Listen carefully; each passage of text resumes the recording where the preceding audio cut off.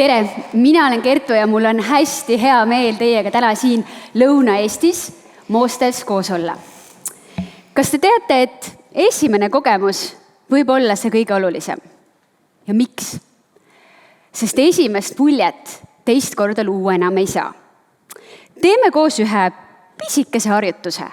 Ole hea ja pane korraks silmad kinni. Ja mõtle selle peale, et kui sa täna siin Moostesse jõudes autost välja astusid, mida sa tundsid, märkasid, kogesid? Mõtle hästi korraks selle peale. Ma loodan, et teid tervitas see mõnus musoon ja see hea vibe, mille sees me siin kõik oleme, kui te täna siia jõudsite. Ja miks ma sellele tähelepanu pööran? Põhjus on hästi lihtne.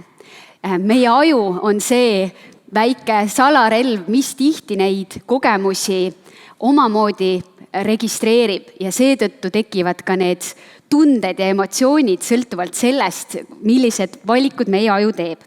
Ehk siis juba teaduslikult on tõestatud, et olenemata sellest, milline see ümbrus on, see esmamulje tekib hästi lühikese ajaga ja seetõttu on hästi oluline sellele ka tähelepanu pöörata.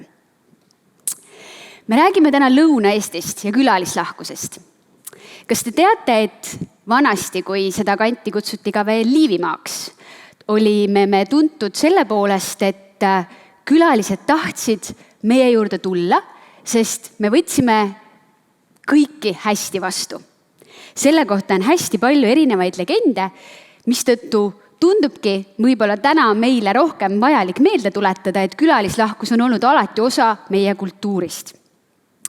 Oleme harjunud rääkima külalislahkusest, nagu Anneli siin ettekandes ka välja tõi, eelkõige turismiettevõtja vaatest. Ma loodan, et täna siin saalis on meiega ka kultuurikorraldajaid, ürituste, sündmust, meeskonda kuuluvaid inimesi. Ja seetõttu tahaksingi pöörata järgnevalt rohkem tähelepanu lisaks turismivaldkonnale ka kultuuriteemadele. Juba täna on Lõuna-Eestis mitmeid äktaid kultuurisündmusi, mis annavad eeskuju meile kõigile. Ja oluline element selle seas on see klienditeekond, mida ka Anneli varasemalt välja tõi, mis ka Kuldari ettekandest läbi käis. Hea näitena tooksin välja näiteks imelise Serafima ja Bogdani etenduse maalilisel Peipsiveerel, kus etendusele jõudmisest kuni koju tagasi minemiseni on kõik viimse detailini läbi mõeldud ja seda koostöös kogukonnaga. On selge usaldus rahulolu ja usalduse vahel. On selge seos usalduse ja rahulolu vahel, mis tähendab seda, et hea kliendi kogemus toob tõenäoliselt külalised meie juurde tagasi.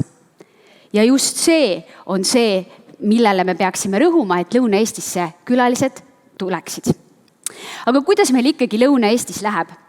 Kuulasin enne Annelit ja leidsin nii mõnedki sarnased seosed enda ettekandega, et ega siin midagi üleli ja uut pole välja tuua, aga äramärkimist kindlasti vajab. Et Lõuna-Eestis oleme me kokku pannud sellise turismistrateegia, mis siis seab pikema plaani ja pikema vaate eelkõige turismivaldkonna suunas, aga kindlasti tasuks tutvuda ka kultuurikorraldajatel, sest külalislahkus on seal tähtsal kohal. Külalislahkus ja hea teeninduse olulisus aitavad tuunida meie turismitoodete kvaliteeti. Meie soov oleks, et Lõuna-Eesti oleks hea paik, kus olla.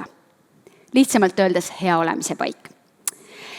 Oleme hiljuti teinud ka ühe põneva uuringu siinsamas Lõuna-Eestis. Kaardistamise all olid küll eelkõige aktiivse vaba aja puhkuse veetmise ja spordiettevõtmistega seotud külastajad, kuid nähtub hästi sarnaseid jooni, mis ka üle-eestilistest uuringutest välja tuuakse.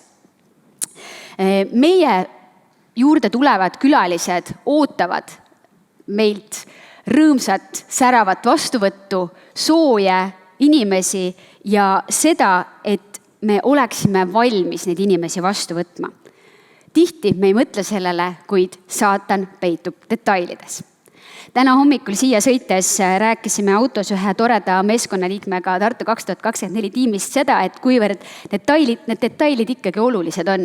Ja meenus üks näide, kus vihmaselt tänavalt poodi astudes või kohvikusse astudes mõnikord selle kliendikogemuse väärtus võib olla selles, et sul on koht, kuhu oma vihmavari kuivama panna. Et mõnikord need detailid on hästi olulised.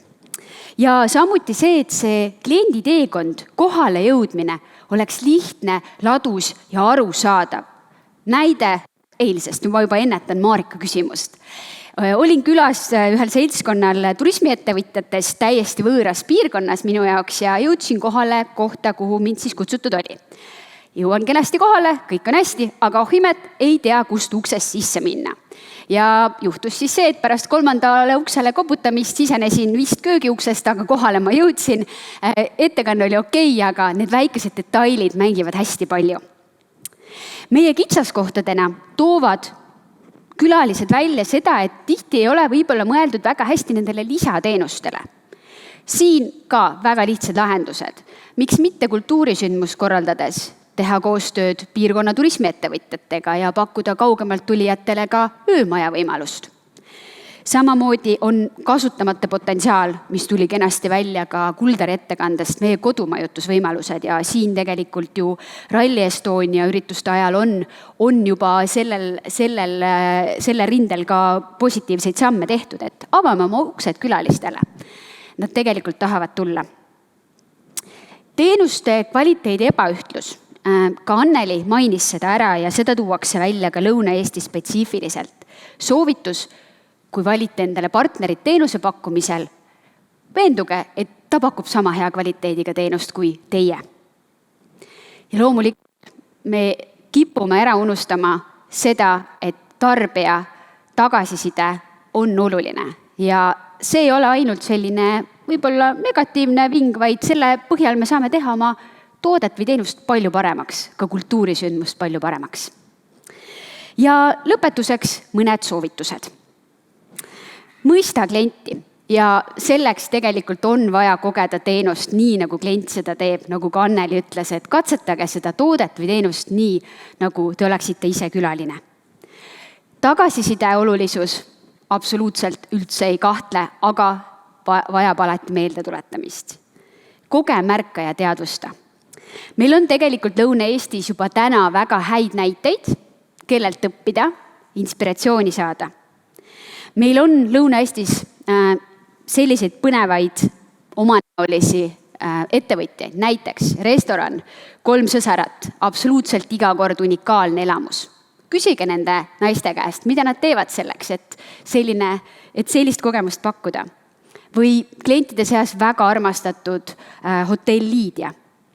Juba täna toimuvad meil mitmed sündmused, kus sündmuse korraldajad väärtustavad väga külaliste tagasisidet. Olgu see siis ärifestival Startup Day või mõni muu festival siin Lõuna-Eestis.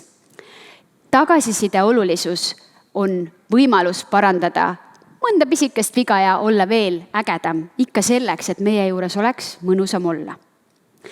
Ja koostöös Võrumaa Arenduskeskusega, üks täiesti uus asi, mida soovitan ka kõikidel kultuurikorraldajatel, sündmuse korraldajatel kaema tulla, on veebipõhine külalislahkuse koolitusmoodul, mis annab täiesti tasuta võimaluse juba kas või täna oma külalislahkuse oskuseid uuendada või proovile panna. Kutsun teid kõik üles seda võimalust kasutama. Ja kokkuvõtlikult. Esimene kogemus on kõige olulisem. Pakku oma külastajatele võimalus võtta Lõuna-Eestisse kõige parem. Aitäh!